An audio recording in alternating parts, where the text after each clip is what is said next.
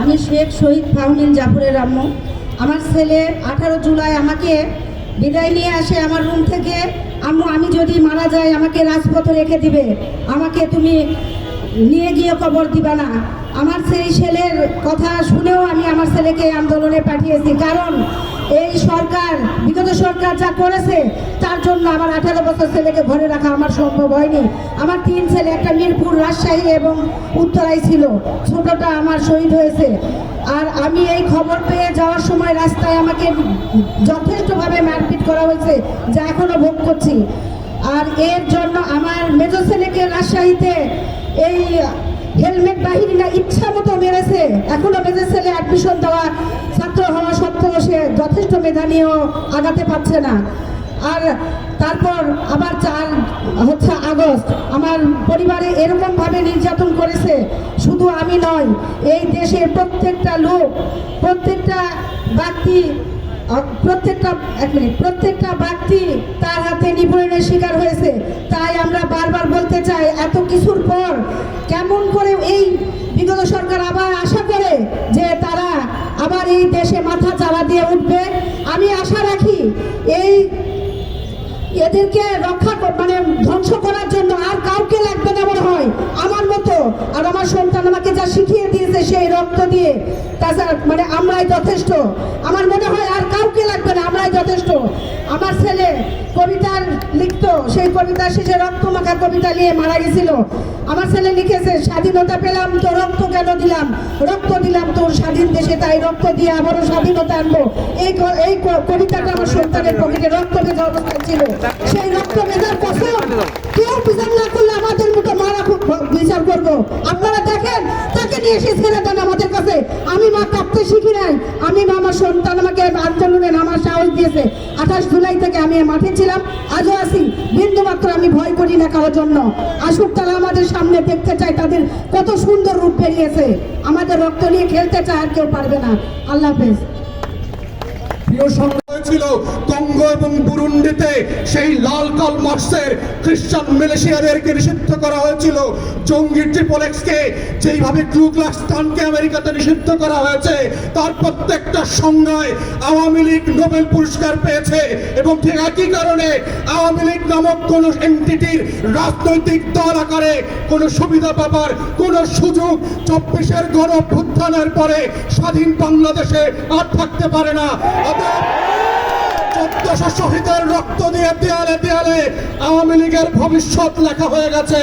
ওই ভবিষ্যৎ কোন কালো কালি দিয়ে মুছে দিয়ে আবার নতুন করে লেখবার প্রয়োজন হবে না। তাই প্রশ্ন হচ্ছে, আওয়ামী লীগ প্রশ্ন আমরা কিভাবে ডিল করব, এটাই হচ্ছে সম্মিলিত সিদ্ধান্তের জায়গা। এবং প্রধান উপদেষ্টার সাথে আমরা যখন দেখা করেছি, বারবার বলেছি 4টা গণ তদন্ত কমিশন গঠন করবার জন্য। তার ভিতরে আজকের ইনকিলাব মঞ্চ যাদের কথা বলছে, যাদের দাবি নিয়ে আজকে হাজির হয়েছে, তাদের প্রত্যেকের ব্যাপারে আমরা বলেছি শাপলার গণহত্যার জন্য গণতদন্ত কমিশন করতে হবে, পিলখানার গণহত্যার জন্য গণতদন্ত কমিশন করতে হবে। কিন্তু আমরা দুঃখজনকভাবে দেখলাম পিলখানার থেকে দায়িত্ব এড়িয়ে একটা প্রজ্ঞাপন দিয়ে যে কমিশন দেওয়া হয়েছে, তার ক্ষমতা খর্ব করা হয়েছে। সে মামলার প্রশ্ন আলোচনা করতে পারবে না, কোনো ফাইল রিকল করতে পারবে না, সাক্ষীদেরকে তদন্ত করতে পারবে না। ঠিক এইভাবে একই চক্রান্ত করে একটা আইওয়াশের কমিশন দিয়ে বাংলাদেশে আবার নতুন ষড়যন্ত্র হচ্ছে। যারা 2009 সালে আমার স্বাধীনতা সার্বভৌমত্বের 2টা ফোর্সকে এট এ টাইম ধ্বংস করে দিয়েছে, তাদেরকে বিচারিক আদালতের মাধ্যমে, কমিশনের মাধ্যমে বাঁচিয়ে দেবার নতুন ব্লু কলার ক্রাইমের শুরু হয়েছে। এই কমিশনকে দায়িত্ব খর্ব করে যেটা করা হয়েছে, সেটাকে আমরা প্রত্যাখ্যান করছি এবং আমরা বলছি নতুন করে প্রজ্ঞাপন দিয়ে তার টার্মস অফ রেফারেন্সকে রিভাইজ করতে হবে এবং গণ তদন্ত কমিশনের ফর্মে নিয়ে আসতে হবে। আমরা তৃতীয় বলেছিলাম, বাংলাদেশে গুম খুন আয়নাঘর থেকে শুরু করে গত 16 বছরে যেই রাষ্ট্রীয় মদদে খুন খারাপির রাজত্ব কায়েম করা হয়েছিল, সেটার জন্য গণতদন্ত কমিশন করতে হবে। ঠিক একইভাবে দেখলাম একটা গুম কমিশন করা হয়েছে, যার ক্ষমতা নাই, যাকে অযোগ্য লোক দেওয়া হয়েছে, পাবলিকলি সাফিসিয়েন্টলি ম্যান পাওয়ার দেওয়া হয় নাই। গণতদন্তের যে ফর্ম আমরা বলেছি, যে কাঠামো প্রস্তাব করেছিলাম, সেই কাঠামো পর্যন্ত দেওয়া হয় নাই। ঠিক একইভাবে প্রধান উপদেষ্টাকে আমরা বলেছিলাম জুলাই আগস্টের গণ অভ্যুত্থানকে ঘিরে একটা গণতদন্ত কমিশন করেন, এবং আমরা এটার ফরম্যাট পর্যন্ত একাধিক উপদেষ্টাকে দিয়েছি। আমেরিকার কংগ্রেশনাল হিয়ারিং এর মডেলে, সিনেট হিয়ারিং এর মডেলে, ব্রিটিশ এবং ইউরোপিয়ান পার্লামেন্টগুলোতে যেভাবে উন্মুক্ত শুনানি হয়, সেই শুনানির মডেলে করে সেইখানে গণতদন্ত কমিশন হতে হবে। আজকের ইনকিলাব মঞ্চে এসে যেইভাবে শহীদরা তাদের বক্তব্যের কথা বলছে, সেই উন্মুক্ত শুনানিতে যেটা পিটিভি লাইভ সম্প্রচার করবে, সেখানে শহীদ পরিবার এসে তার গল্পের কথা বলবে, তার কষ্টের কথা বলবে, তার আকাঙ্ক্ষার কথা বলবে। আগামী দিনে আওয়ামী লীগের রাজনীতি থাকবে কি থাকবে না, সেই কথা 1400 শহীদ পরিবারকে সিদ্ধান্ত নিতে হবে। কোন সুশীল উপদেষ্টার কথায়, কোন শাশুড়ির কথায়, দিল্লির কথায় সেই সিদ্ধান্ত হবে না। আমাদের বক্তব্য খুব পরিষ্কার, গণ অভ্যুত্থানের পক্ষের শক্তিরা গণতদন্ত কমিশনে গিয়ে উন্মুক্ত শুনানিতে অংশ নিয়ে বাংলাদেশের কোটি কোটি নাগরিক যেখানে নিবন্ধন করে তাদের মতামত দিতে পারবে, সেই মতামতের উপরে ভিত্তি করে আওয়ামী লীগ প্রশ্ন, গণহত্যার প্রশ্ন, জাতীয় পার্টি এবং 14 দলীয় দিল্লির গোলামদের ভবিষ্যৎ কি হবে, সেইটার সিদ্ধান্ত নিতে হবে, এবং সেই সিদ্ধান্তের উপরে ভিত্তি করে আওয়ামী লীগের ভবিষ্যৎ নির্ণীত হবে। এই প্রস্তাব দেবার 7 মাস 8 মাস পেরিয়ে গেলে পরে আমরা দেখতে পাচ্ছি জুলাই গণহত্যা নিয়ে কোনো উচ্চবাচ্য করবার আয়োজন দেখতে পাচ্ছি না। জুলাইয়ের গণকবর যেইটা আমরা আগস্ট সেপ্টেম্বরে ভিজিট করেছি, সেইখানে উপদেষ্টাদের যাবার কোনো মদত দেখতে পাচ্ছি না। অথচ এখানে অনেক উপদেষ্টা দেখেছি 71-এর চেতনা বিক্রি করতে করতে 14ই ডিসেম্বরের শহীদদের কবর জিয়ারত করতে করতে মুখে ফেনা তুলে ফেলেছেন, কিন্তু রায়ের বাজার বধ্যভূমিতে জুলাইয়ের 114 শহীদের কবর জিয়ারত করার সময় তাদের নাই।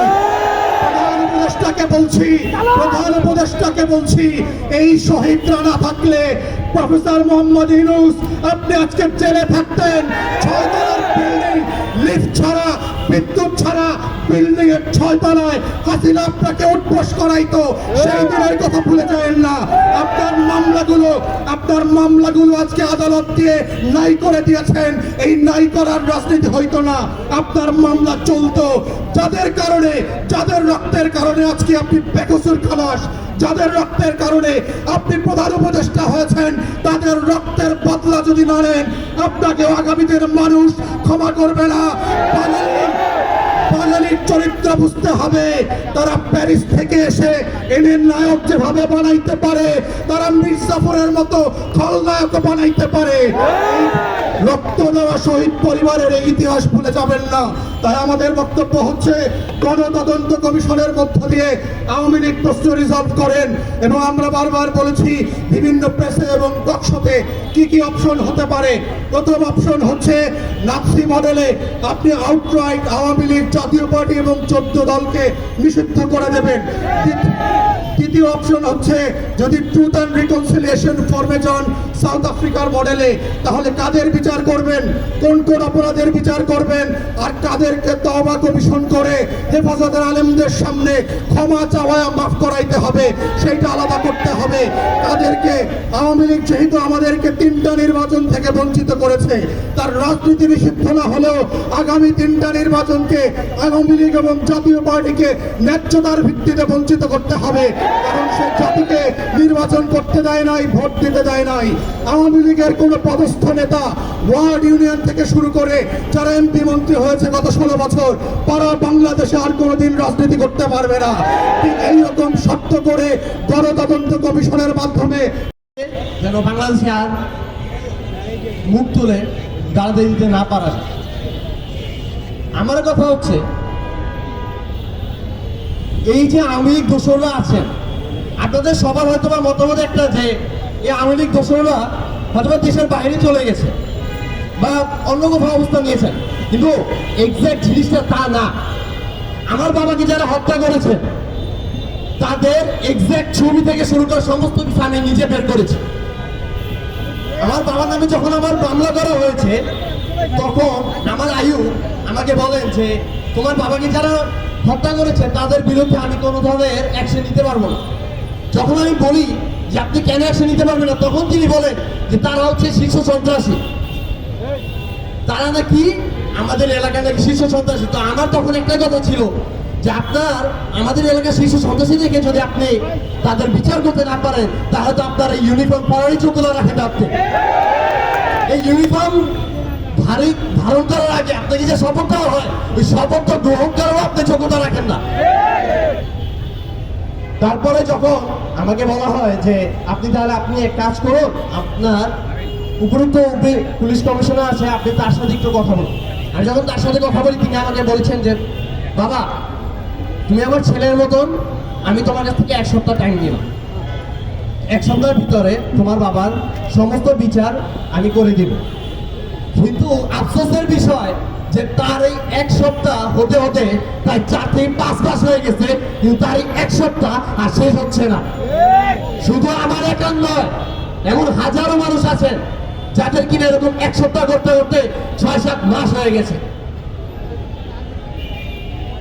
আমি সবার উদ্দেশ্যে একটা কথাই বলতে চাই, সবাই বলতেছেন যে আমাদের যারা আছেন, আমাদের যারা আপনার উপযুক্ত পুলিশ কমিশনার আছেন এবং আমাদের যারা আইন উপদেষ্টা আছেন, সবার একটাই কথা যে উপর থেকে নাকি আপনাদের কোনো ধরনের উপদেশ নেই বা নির্দেশ নেই যে আপনারা কোনো ধরনের আপনার আওয়ামী ফ্যাসিবাদের যারা যারা আছেন তাদেরকে আপনার ধরার বা কোনোভাবে বিচারের আওতা নিয়ে আসা। তো আমি তাদেরকে আপনার আইন উপদেষ্টাকে একটু আপনার ইঙ্গিত করে বলতে চাই যে আপনি একটা কথা মনে রাখুন, এই জুলাই গণঅভ্যুত্থান হাজারো শহীদদের উপরে নির্ভর করে আছে।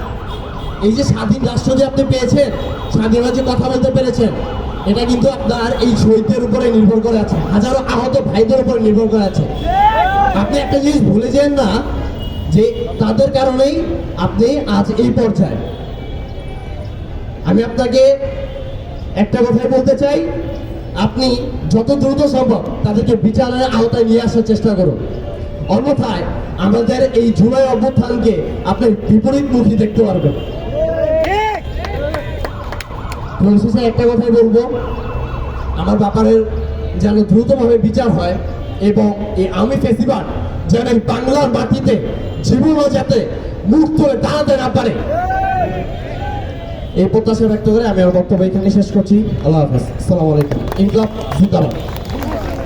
প্রিয় সংগ্রামী বন্ধুগণ, এই মুহূর্তে বক্তব্য রাখার জন্য অনুরোধ করছি শহীদ ফাহমিনের মাকে। বক্তব্য রাখার জন্য অনুরোধ করছি শহীদ ফাহমিনের মাকে।